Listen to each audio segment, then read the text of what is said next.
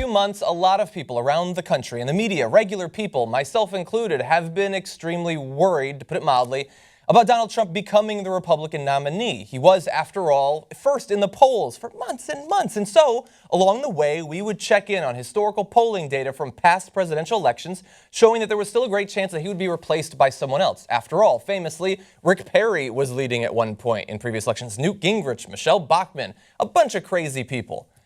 That was still relatively early on, and now it's December, and unfortunately history has a different lesson to teach us. According to a 1999 Gallup poll analysis, in almost every election since 1952, the leader in the Republican polls in the fall ended up being the party's nominee.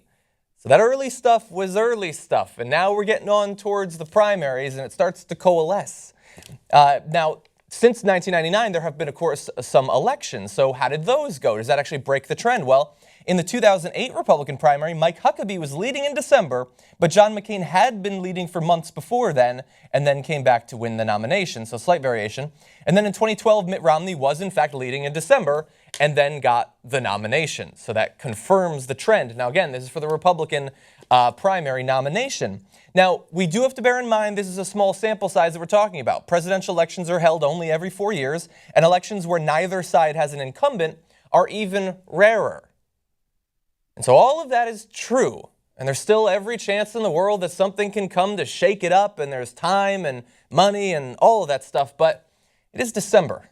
And so if you choose to start getting a little bit more worried about Donald Trump becoming the nominee, now it looks like history just might be on your side. And that's my final judgment.